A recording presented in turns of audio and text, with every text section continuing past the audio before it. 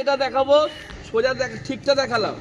এবার আমরা ভুল করি কোন কোন জায়গায়, সেগুলো যদি রেকটিফাইড করে দেয়, সেগুলো যদি শিখে যায়, তাহলে ভালো মতো শিখতে পারবো। আমরা ভুলটা আগে চোখে দেখতে পাই না সব ক্ষেত্রে, সে মানুষের ক্ষেত্রেও দেখতে পাই না।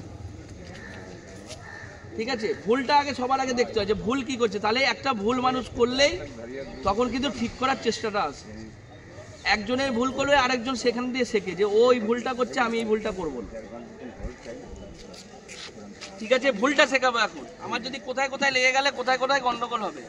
নতুন ক্ষেত্রে সবার আগে প্রথমে নতুন ক্ষেত্রে তারা কি করে, কি ভুল করে, তারা হচ্ছে এত এত চাপ থাকে, ডান দিক করবো না বাঁ দিক করবো, স্টিয়ারিং কাটাবো না স্টার্ট বন্ধ হয়ে যাবে, ক্লাস দেখবো না, এই ক্ষেত্রে গিয়ে তাদের ভুল হয়ে যায়।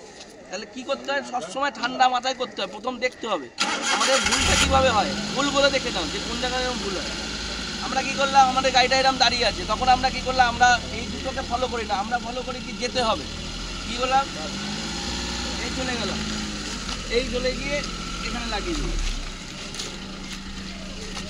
দেখো এবার লেগে গেছে। এটা হচ্ছে একটা ভুল।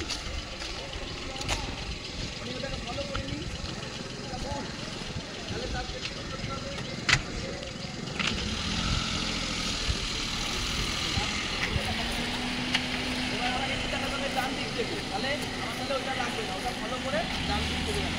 এই যে ডান দিক, এবার আমরা কি করি, তাড়াতাড়ি এ হয়েছে নয়, এদিকে চলে গেলাম, এই কাটাতে কাটাতে এরকম চলে গেলাম। এটা একটা ভুল। এই ভুলগুলো আমরা ফলো না করে, স্টিয়ারিং না কাটিয়ে এই ভুলগুলো করি। তাহলে আমাকে তখন কি করতে হবে, ফলো করতে হবে। আবার আমাকে নিয়ে আমি আমার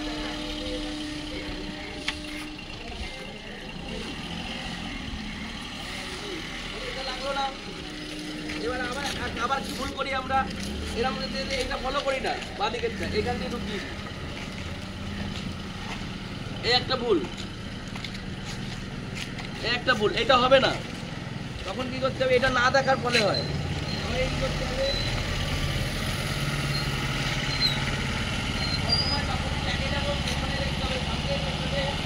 সবসময় দেখতে হবে যে কোনো লোক দাঁড়িয়ে আছে কিনা, কোনো সাইকেল দাঁড়িয়ে আছে কিনা, কোনো বাচ্চা ঢুকে গেছে কিনা।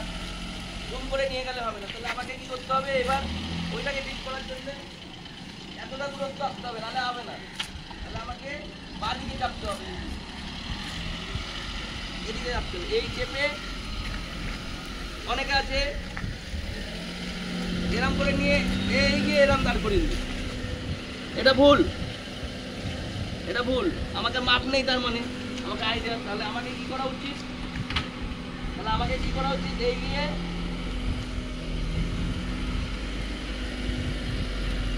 সব কিছু দেখতে হবে, শুধু আন্দাজে করলে হবে না, ফলো করতে হবে। সব দেওয়া আছে, ফলো করতে হবে। এগুলো হচ্ছে এখন বোনেট আছে, পরে তো আর থাকবে না, তখন আন্দাজে আমাকে গাড়ির রাস্তাটা এত চওড়াও হবে না, তাহলে আমাকে আন্দাজে আন্দাজে যেতে হবে। তাহলে আমাকে কি করতে হবে, এই নিয়ে ওইদিকে বেশি গেলেও হবে না, কম গেলেও হবে না, এই নিয়ে এতটা গ্যাপ, এই যে গ্যাপ। এবার আমাকে আস্তে আস্তে এই গ্যাপে এইভাবে এই করে দাঁড়াতে হবে। এবার এইটা করলে তাহলে কি পুরো জিনিসটা আমি পেয়ে যাচ্ছি। আবার এরকম করলে অনেকে আছে কি এইদিকে চেপে যাওয়ার কাজে ওই দিক দিয়ে চেপে চলে যাচ্ছে, এটা ফলো করছে।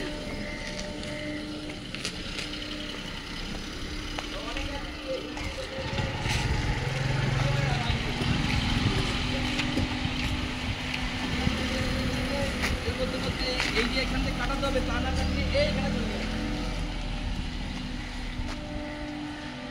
এত বড় তো রাস্তা হবে না, চওড়াও হবে না, এটা ভুল, আমাকে ফলো করতে হবে।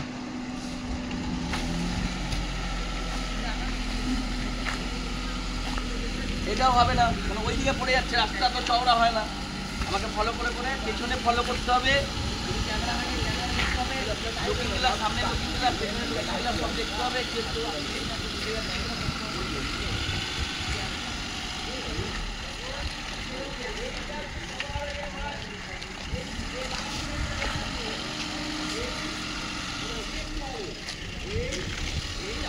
আস্তে আস্তে এই এই এই যে গ্যাপটা, এই দেখো এই গ্যাপটা, এই দেখো এই গ্যাপটা ভালো করে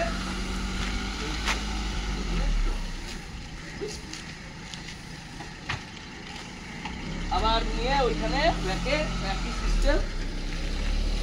ব্যাক গিয়ার হচ্ছে সবচেয়ে কঠিন কাজ, ব্যাক গিয়ার সবচেয়ে কম শেখানো হয়, আর ব্যাক গিয়ারে এত ধৈর্য কেউ দেবে না। ব্যাক গিয়ারটাই হচ্ছে গাড়ির লাইনের, ব্যাক গিয়ারটাই হচ্ছে মেন। সামনে সবাই চলে যাবে, 10 দিন করলে সামনে শিখে যাবে। ব্যাকটা শিখছি সবচেয়ে কঠিনতম, আর ব্যাকটাতেই সবার অ্যালার্জি হয়, মানে ব্যাক যেহেতু কঠিন তো সেটাতেই অ্যালার্জি। এত খাটবো কেন? কিন্তু ব্যাক গিয়ার যে যত ভালো শিখবে সে সামনে কোনো অসুবিধা হবে না, ব্যাকটাতে করে দেয়। অনেকে বড় বড় ড্রাইভার আছে যে ব্যাকে পারে না, এখনো বড় গাড়ি চালায় কিন্তু ব্যাকে পারে না। আমাদের এমনও একটা গলি থাকবে যে গলিতে ব্যাক গিয়ার নেই, সামনে অনেক লং ব্যাকে আমাদের আসতে হবে। ব্যাক গিয়ারটা কী করে না করতে হবে, লং আসুন করে। আমি এমন একটা গলিতে ঢুকে ভাবো চালাচ্ছি,